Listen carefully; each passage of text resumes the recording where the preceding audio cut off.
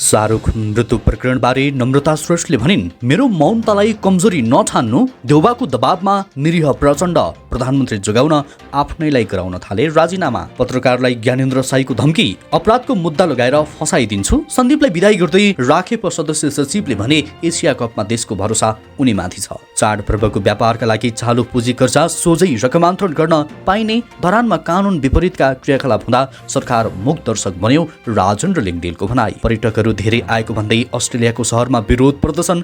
मौसममा क्रमिक सुधार, 3 दिनसम्म भारी वर्षा नहुने जनै पूर्णिमा र गाई जात्राको निर्णय सार्वजनिक गर्दै काठमाडौँ उपत्यकाभित्रका स्थानीय तह। विदेश पलायनको डर लाग्दो तथ्याङ्क, 19 महिनामै रोजगारीमा जानेको संख्या 13 लाख। रोमानियाको ग्यास स्टेसनमा बम विस्फोट हुँदा 1 जनाको मृत्यु, 57 जना घाइते। दार्चुलाको अपी हिमालमा 3 दिन सार्वजनिक विदा। सर्वसाधारणलाई प्रतिकिता 50 रुपियाँमा आइपिओ निष्कासन गर्दै हाथवे इन्भेस्टमेन्ट लगायतका पछिल्लो 24 घण्टाका अत्यन्तै महत्त्वपूर्ण खबरहरूको साथमा हामी उपस्थित भएका छौँ। दर्शकवृन्द, हामीलाई कुन ठाउँबाट कहाँबाट हेर्दै हुनुहुन्छ, तपाईँ रहेको स्थानको नाम तलको कमेन्ट बक्समा उल्लेख गरिदिनुहोला।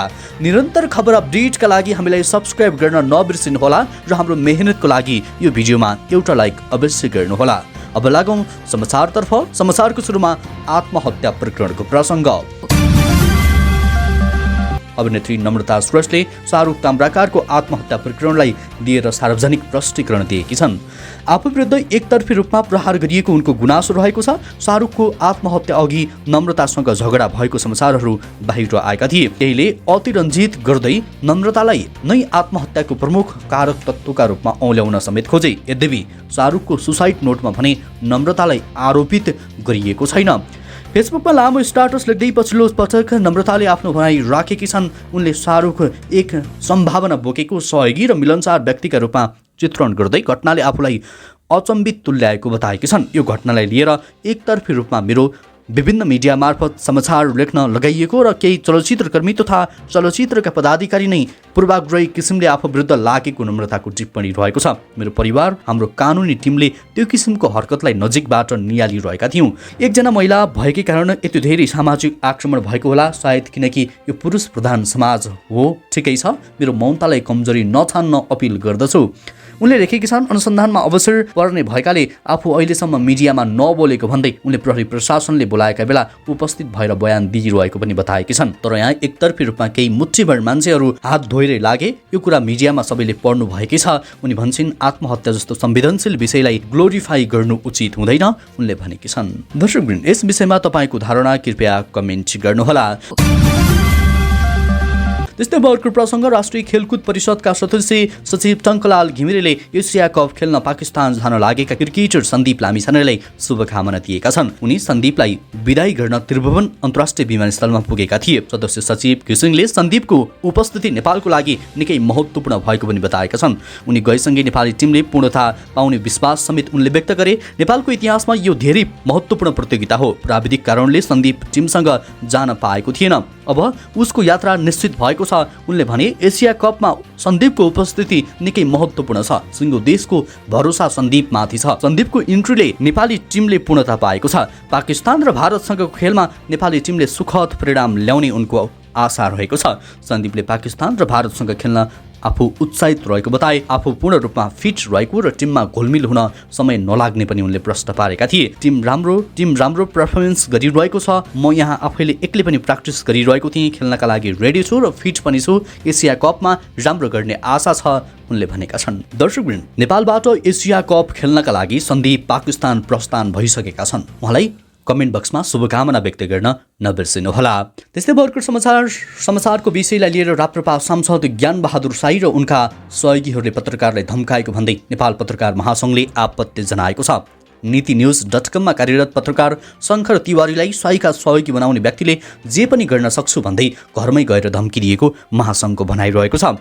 महासङ्घ काठमाडौँ शाखाका अनुसार भदौ 6 गते बुधबार पत्रिकाको काम सकाएर घर फर्कँदै गर्दा पत्रकार तिवारीलाई काठमाडौँको बिजुली बजारको पुलमा प्रतिनिधि सभा सदस्य साईको नाम लिँदै 2 जनाले धम्क्याएका थिए। त्यसअघि जघन्य अपराधको मुद्दा लगाएर फसाइदिने भन्दै प्रतिनिधि सभा सदस्य साईले समेत सामाजिक सञ्जाल मार्फत सन्देश पठाएर धम्क्याएको महासङ्घले जनाएको छ। पत्रकारमाथिको यो ज्याजतीमा संलग्नलाई कानुन बमोजिम कारबाही गरी प्रेसको सुरक्षामा गम्भीर हुन प्रहरी प्रशासनसँग माग गर्दै पत्रकारलाई धम्क्याएर स्वतन्त्र पत्रकारितामा आघात पुर्याउने कार्य बन्द गर्न सम्बन्धित पक्षको ध्यान आकर्षण गराउँदछ। यसैबीच अनलाइन टिभी पत्रकार सङ्घका उपाध्यक्ष कुशलभ केसीलाई अज्ञात व्यक्तिले फोन गरी ज्यान मार्ने धम्की दिएको महासङ्घको भनाइरहेको छ। त्यस्तै अर्को समाचार, केन्द्रीय ब्याङ्कले चालु पुँजी कर्जा सम्बन्धी व्यवस्थामा केही लचकता अपनाएको छ। सोमबार चालु पुँजी कर्जा सम्बन्धी मार्गदर्शन 2079 संशोधन गरेको ब्याङ्कको उत्पादनमूलक उद्योगले पाउने 2 करोडको सीमाबाट एकैपटक 100% बढाएर 4 करोड पुर्याइदिएको छ। त्यस्तै केन्द्रीय ब्याङ्कले चालु पुँजी कर्जाको अन्य प्रावधानहरू समेत संशोधन गर्दै कर्जाको नवीकरण थपसँगै आपतकालीन अवस्थामा यस्तो कर्जा सोझै रकमान्तरण गर्ने सुविधा समेत प्रदान गरेको छ। केन्द्रीय ब्याङ्कका अनुसार यस्तो कर्जा अब रासायनिक मल खरिदसँगै चाडपर्वसँग सम्बन्धित व्यापार आदिका लागि समेत चालु पुँजी कर्जा सोझै रकमान्तरण गर्न पाइनेछ। ऋणीको सोही संस्थामा वा अन्य संस्थामा रहेको कुनै पनि कर्जा चुक्ता गर्ने प्रयोजनका साथै कुनै पनि किसिमको व्यापार, कुनै पनि किसिमको कर्जा प्रदान गर्न वा सीमा थप गर्न पाइने छैन। तर ऋणीको व्यवसायसँग सम्बन्धित कुनै प्रयोजनका लागि अप्रत्याशित रूपमा वित्तीय स्रोतको आवश्यकता भएमा सम्बन्धित प्रयोजनमा सोझै रकमान्तरण हुने गरी आकस्मिक प्रकृतिको चालु पुँजी कर्जा प्रदान गर्न बाध्य। यस्तो प्रकृतिको कर्जा व्यवसायलाई समेत रासायनिक मल खरिद, चाडबाडसँग सम्बन्धित व्यापार आदि औचित्यको आधारमा प्रवाह गर्न सकिनेछ मार्गदर्शनमा भनिएको छ। त्यस्तै अब अर्को प्रसङ्ग, प्रधान न्यायाधीश विशम्बर प्रसाद श्रेष्ठले सर्वोच्च अदालतमा सुशासन कायम गर्ने बताएका छन्। सोमबार सर्वोच्च अदालतमा स्वचालित पेशी तारिख प्रणालीको शुभारम्भ गर्दै प्रधान न्यायाधीश श्रेष्ठले सर्वोच्च अदालतमा सुशासन कायम गर्ने बताएका हुन्। उनले अदालतका सबै काम कारबाहीलाई प्रविधि मैत्री बनाएर सुशासन कायम गर्ने बताएका छन्। प्रधान न्यायाधीश श्रेष्ठले अदालतमा स्वचालित पेशी तारिख प्रणाली लागू भएसँगै कर्मचारीले उच्च मनोबलका साथ काम गर्न सक्ने समेत बताए। उनले कर्मचारीहरूलाई निश्चिन्ता हुने, सेवाग्राहीलाई पनि निश्चिन्ता हुने अब यो सुधारको प्रक्रियामा अगाडि बढेको जस्तो लाग्छ। पेशी व्यवस्थापन कडी हो, यो तारिखसम्म सुधार गर्यौँ हामीले, प्रधान न्यायाधीश श्रेष्ठले भने। अब सायद हाम्रो कर्मचारी साथीहरूले निर्धक्कसँग उच्च मनोबल राखेर काम गर्नलाई यसले मद्दत गर्छ होला जस्तो अनुभूति मलाई लागेको छ। स्वचालित प्रणालीले कर्मचारी र सेवाग्राहीहरूलाई निश्चिन्ता हुने पनि उनले बताए। श्रेष्ठले अदालतको काम र कारबाहीमा सुधारको प्रक्रिया अगाडि बढेको भन्दै अब थप सुधार हुँदै जाने पनि बताएका छन्। त्यस्तै अब अर्को समाचार, स्वदेशमा अवसरहरूको कमी भएको भन्दै विदेश पलायन हुने नेपाली युवाहरूको सङ्ख्या दिन प्रतिदिन बढ्दो छ।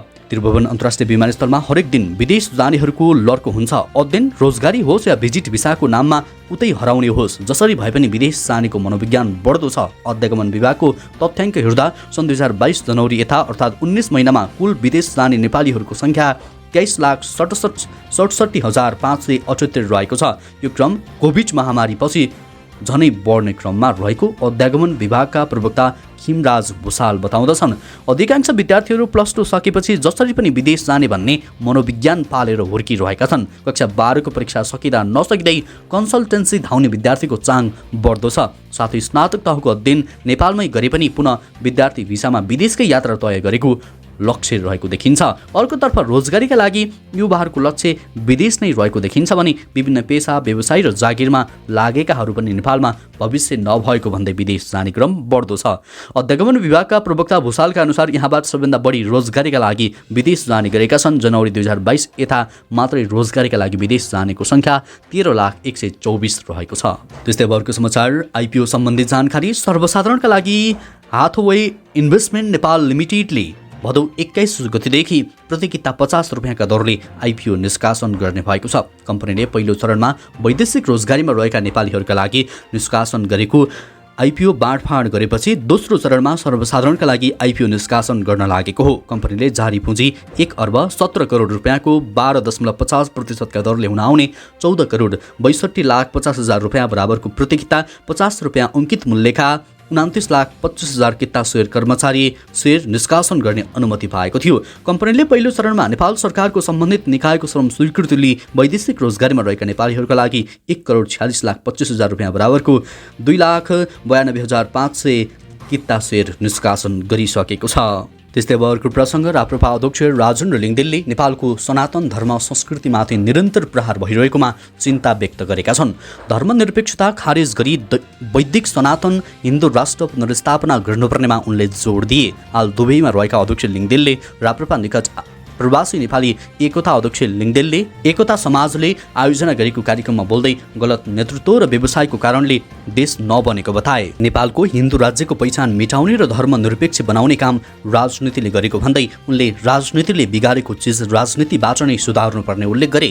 नेपालमा धर्मको राजनीति राप्रपाले नभई धर्मनिरपेक्षता बनाउनेहरूले सुरु गरेको दाबी लिङदेलले गरेका छन्। म लिम्बू किराँत धर्मावलम्बी भएर पनि हिन्दू राष्ट्र स्थापना गर्न लागेको हुँ। जन्म र कर्मले हिन्दू गरेकाहरूले हिन्दू रहेकाहरूले हिन्दू राज्य पुनर्स्थापनाको अभियानमा साथ दिनुपर्छ उनले भने। हालै धरानमा कानुनले निषेध गरेको र नेपाली जनसङ्ख्याको ठूलो हिस्साले गाईलाई आमा मानेर पुज्ने गरेको परम्परा रहेकोमा गोरु काटेर खाने भिडियो बनाउने र सामाजिक सञ्जालमा प्रचार गर्ने गतिविधिप्रति उनले चिन्ता व्यक्त गरे।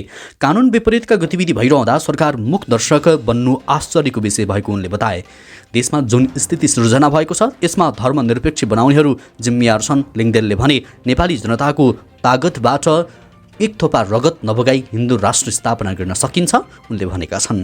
त्यस्तै अब अर्को प्रसङ्ग ललिता निवास प्रकरणमा पूर्व मन्त्रीहरूलाई काठमाडौँ जिल्ला सरकारी वकिल कार्यालयले फरार सूचीमा राखेको पाइएको छ।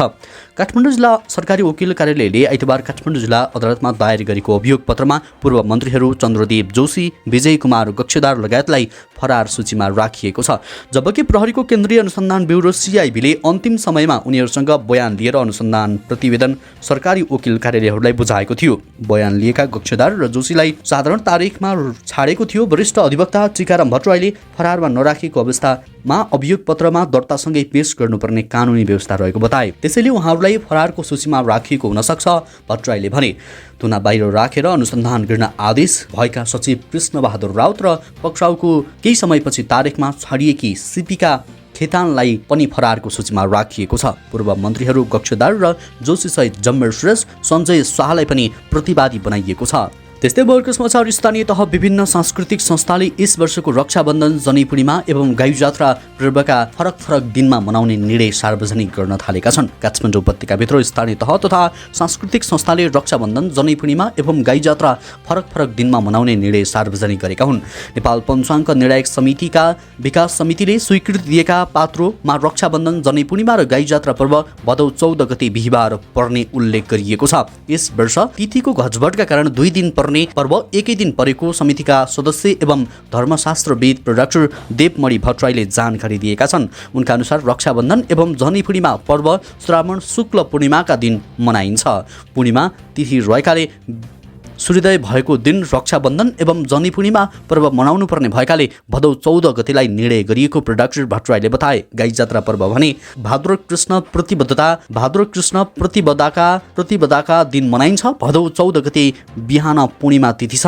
उनले भने सोही दिनको बिहान 7:49 बजेपछि भाद्र कृष्ण प्रतिपदा तिथि लाग्ने भएकाले गाई जात्रा अर्थात् सापारू पर्व यसै दिन मनाउनु पर्ने निर्णय समितिले गरेको हो। विश्वका धेरै सहरहरू पर्यटकहरू स्वागत गर्न तयार छन्। पर्यटकहरूलाई बोलाउन उनीहरू अनेक हथकण्डा अपनाइरहेका छन्। तर अस्ट्रियाको एक सहर भने आएका पर्यटकहरूलाई अब कम आउन वा नआउन भनिरहेका छन्। यो कथा हो अस्ट्रियाको समुद्रदेखि हिमाल भएको सहर हलस्टाट। जम्मा 700 स्थानीय जनसङ्ख्या मात्रै भएको उक्त सहरमा दैनिक पर्यटकहरू 10,000 आउने गरेको BBC ले उल्लेख गरेको छ। पर्यटकहरूको सङ्ख्या अत्याधिक हुन थालेपछि स्थानीयहरूले साँझ 5 बजेपछि टुर बस नल्याउन माग गरेका छन्। ठाउँ ठाउँमा बोर्ड टाँसेर हल्ला नगर्न भनेका छन्। सन् 2006मा कोरियाली प्रेमिल ड्रामा सिरिजमा परेको देखि विश्व सम्पदा सूचीको क्षेत्र भएकाले यो सहर आफैमा लोकप्रिय छ। बढ्दो पर्यटकहरूको आगमनले लोकप्रियता झनै बढेर गएको छ। यही कुराले स्थानीय पर्यटकहरू धेरै आएर समस्या भएकोमा आक्रोशित भएका छन्। स्थानीयले ठाउँ ठाउँमा काठको बार लगाएर पर्यटकीय क्षेत्रमा जान रोक लगाएका छन् भने मेयरले पर्यटक आगमनलाई 1/3 कम गर्ने वचन दिएको BBC ले उल्लेख गरेको छ। त्यस्तै अब अर्को समाचार मौसममा क्रमिक सुधार हुँदै गइरहेको छ। मनसुनको न्यूनचापीय रेखा सरदुरस्तानभन्दा उत्तरमै अवस्थित रहे पनि आगामी 3 दिन देशभर भारी वर्षाको सम्भावना नरहेको मौसमविद प्रतिभा मानन्दहरूले जानकारी दिएकी छन्। पानी पर्ने जलवासयुक्त वायु कमजोर हुँदा केही दिन हल्कादेखि मध्यम वर्षाको मात्रै पूर्वानुमान छ। शनिबारको तुलनामा आइतबार मौसममा थप सुधार देखिएको छ। आज र भोलि अझै सुधार देखिने मौसमविद मानन्दहरूले बताइन्। न्यूनचापीय रेखा सरदुरस्तानभन्दा उत्तरतिर रहे पनि पानी पर्न आवश्यक मोइस्चर कमजोर बनेकाले तत्काल पानी र भारी वर्षा र झरी पर्ने सम्भावना देखिँदैन। उनले भनिन्, भारतको आसामतिर बनेको न्यूनचापीय क्षेत्रको प्रभावका कारण देशका पूर्वी भूभागमा सामान्यदेखि आंशिक बदली हुने मानदण्डहरूले जानकारी दिइन्। अहिले कोशी प्रदेशका अधिकांश भूभाग, मधेस र बागमती प्रदेशका 1-2 स्थानहरूमा सामान्यदेखि हल्का वर्षा भइरहेको छ।